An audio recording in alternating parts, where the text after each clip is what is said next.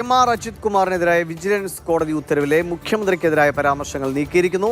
മുഖ്യമന്ത്രിക്കെതിരായ പരാമർശങ്ങൾ അനുചിതം എന്നാണ് കോടതി നിരീക്ഷിക്കുന്നത്. സർക്കാർ അനുമതിയില്ലാതെ വിജിലൻസ് അന്വേഷണം സാധ്യമല്ല എന്ന് കോടതി വ്യക്തമാക്കുകയും ചെയ്തു. ബിനിൽ വിവരങ്ങളുമായിട്ടുണ്ട്. ബിനിൽ, എന്താണ് കോടതി ഈ പരാമർശങ്ങൾ അനുചിതം എന്ന് പറഞ്ഞുകൊണ്ട് കൂട്ടിച്ചേർത്തത്? എന്താണ് വിവരം? ദിവിഷ്, എം.ആർ. അജിത് കുമാറിനെതിരായ വിജിലൻസിന്റെ പ്രാഥമിക അന്വേഷണ റിപ്പോർട്ട് അത് അംഗീകരിക്കുകയാണ് മുഖ്യമന്ത്രി ചെയ്തത്. ആ അംഗീകരിച്ച നടപടിയിലാണ് മുഖ്യമന്ത്രിയെ കുറിച്ച് വിജിലൻസ് കോടതിയുടെ പരാമർശമുള്ളത്. ആ പരാമർശം അനുചിതമാണ്, അത് നീക്കണം എന്ന ആവശ്യവുമായി സർക്കാർ ഹൈക്കോടതിയിലേക്ക് എത്തുകയാണ്. അതിപ്പോൾ പൂർണ്ണമായും ഹൈക്കോടതി അനുവദിച്ചിരിക്കുന്നു. അത്തരത്തിലൊരു പരാമർശം അനവസരത്തിലുള്ളതാണ് എന്നതാണ് കോടതി വ്യക്തമാക്കുന്നത്. ആ ഉത്തരവിന്റെ പൂർണ്ണരൂപം പുറത്തേക്ക് വരുമ്പോഴാണ് വിജിലൻസ് കോടതി മുഖ്യമന്ത്രിയെക്കുറിച്ച് ആ ഉത്തരവിൽ പരാമർശിച്ചതിൽ ഹൈക്കോടതി ഏതൊക്കെ കാരണങ്ങളാണ് ആ വാചകങ്ങൾ നീക്കം ചെയ്യുന്നത് എന്നത് വ്യക്തമാകുകയുള്ളൂ. അതോടൊപ്പം തന്നെ എം.ആർ. അജിത് കുമാറും ഹൈക്കോടതിയിലേക്ക് എത്തിയിരുന്നു. അതായത് തിരുവനന്തപുരം വിജിലൻസ് കോടതിയുടെ ഉത്തരവിന്റെ അടിസ്ഥാനത്തിൽ തുടരന്വേഷണവുമായി മുന്നോട്ട് പോകാം എന്നതായിരുന്നു ആ ഉത്തരവിന്റെ ഭാഗം. അതായത് വിജിലൻസിന്റെ എൻക്വയറിയിലേക്ക് പോകുന്ന രീതിയിലായിരുന്നു ആ വിജിലൻസ് കോടതിയുടെ ഉത്തരവ് പുറത്തു വന്നത്. അതിനെതിരെ എം.ആർ. അജിത് കുമാറും ഹർജി നൽകിയിരുന്നു.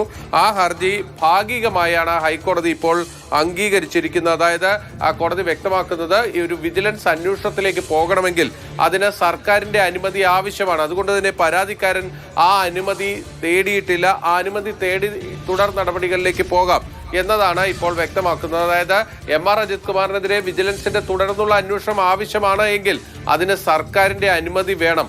അത് നേരത്തെ ഈ പ്രിവെൻഷൻ ഓഫ് കറപ്ഷൻ ആക്ടിന്റെ ഭേദഗതിയുടെ ഭാഗമായിട്ട് വന്നിട്ടുള്ള മാറ്റമാണ്. ആ മാറ്റത്തിന്റെ അടിസ്ഥാനത്തിൽ ഒരു സർക്കാർ ഉദ്യോഗസ്ഥനെ എതിരെ എഫ്ഐആർ രജിസ്റ്റർ ചെയ്തുള്ള ഒരു അന്വേഷണത്തിലേക്ക് പോകണമെങ്കിൽ, പ്രത്യേകിച്ച് അഴിമതി കേസുകളിൽ പോകണമെങ്കിൽ അതിന് സർക്കാരിന്റെ മുൻകൂട്ടിയുള്ള അനുമതി ആവശ്യമാണ്. ആ അനുമതി ഇവിടെ ഇല്ല. അതുകൊണ്ട് അന്വേഷണത്തിലേക്ക് പോകാൻ കഴിയില്ല എന്നതാണ് ഹൈക്കോടതി വ്യക്തമാക്കുന്നത്. അതായത് എം.ആർ. അജിത് കുമാറിനെ സംബന്ധിച്ചിടത്തോളം ഭാഗികമായി ഒരു തന്റെ ഹർജി അനുവദിക്കപ്പെട്ടിരിക്കുന്ന അവസ്ഥയാണുള്ളത്. അതായത് ഇനി പരാതിക്കാരന് സർക്കാർ അനുമതി നൽകിയാൽ അദ്ദേഹം വിജിലൻസ് അന്വേഷണം നേരിടേണ്ടി വരുന്ന ഒരു സാഹചര്യം ഉണ്ടാകും. പക്ഷേ സർക്കാരിനെ സംബന്ധിച്ചിടത്തോളം പൂർണ്ണമായ ഒരു ആശ്വാസം കിട്ടിയിരിക്കുന്നു. കാരണം ഈ കേസുമായി ബന്ധപ്പെട്ട് മുഖ്യമന്ത്രിയുടെ ഇടപെടൽ അല്ലെങ്കിൽ മുഖ്യമന്ത്രി ആ റിപ്പോർട്ട് അംഗീകരിച്ചത് എന്തിന് എന്നതടക്കമുള്ള ചോദ്യങ്ങളായിരുന്നു വിജിലൻസ് കോടതി മുന്നോട്ട് വച്ചിരുന്നത്. അവിടെ CM എന്തിനിത് കണ്ടു തീരുമാനമെടുത്തു തുടങ്ങിയ കാര്യങ്ങളിലൊക്കെ തിരുവനന്തപുരം വിജിലൻസ് കോടതിയുടെ ചില പരാമർശങ്ങൾ ഉണ്ടായത്. അത് സ്വാഭാവികമായും സർക്കാരിനെ ബാധിക്കുന്നതാണ്, മുഖ്യമന്ത്രിയെ ബാധിക്കുന്നത്. അതുകൊണ്ടാണ്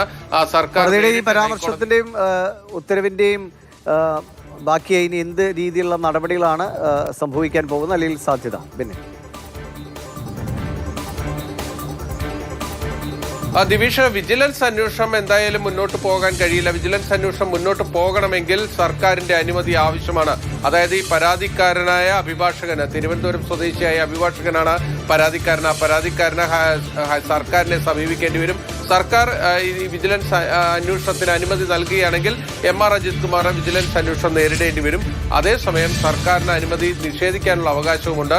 അത്തരത്തിലാണെങ്കിൽ ഈ വിജിലൻസ് എൻക്വയറി ഇവിടെ വെച്ച് അവസാനിക്കുകയും ചെയ്യും. അതേസമയം സർക്കാരിനെ സംബന്ധിച്ചിടത്തോളം അത് പൂർണ്ണമായ ഒരു ആശ്വാസത്തിലേക്ക് വരുന്നു. മുഖ്യമന്ത്രിക്കെതിരായ പരാമർശങ്ങൾ ഹൈക്കോടതി നീക്കുകയാണ് ചെയ്തിരിക്കുന്നത്. ഇനി നമ്മൾ മനസ്സിലാക്കേണ്ടത് ഹൈക്കോടതി ഇത് രണ്ട് ഹർജികളാണ് ഉണ്ടായിരുന്നത്. ഒന്ന് എം.ആർ. അജിത് കുമാറിന്റെ ഹർജിയും സർക്കാരിന്റെ ഹർജിയും. ആദ്യത്തെ ഹർജി പാർട്ട്ലി അലൗഡ് എന്നാണ് ഹൈക്കോടതി പറഞ്ഞിരിക്കുന്നത്.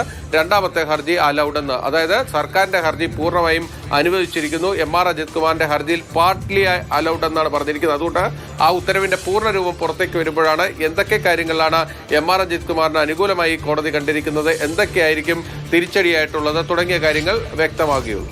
ശരി, എന്തായാലും സർക്കാരിനെ സംബന്ധിച്ച് ആശ്വാസകരമായ ഒരു തീരുമാനമാണ് കോടതിയിൽ നിന്നുണ്ടായിരിക്കുന്നത്. എം.ആർ. അജിത് കുമാറിനെതിരായ വിജിലൻസ് കോടതി ഉത്തരവിലെ മുഖ്യമന്ത്രിക്കെതിരായ പരാമർശങ്ങൾ അനുചിതം എന്ന് കണ്ടാണ് കോടതി നീക്കിയിരിക്കുന്നത്.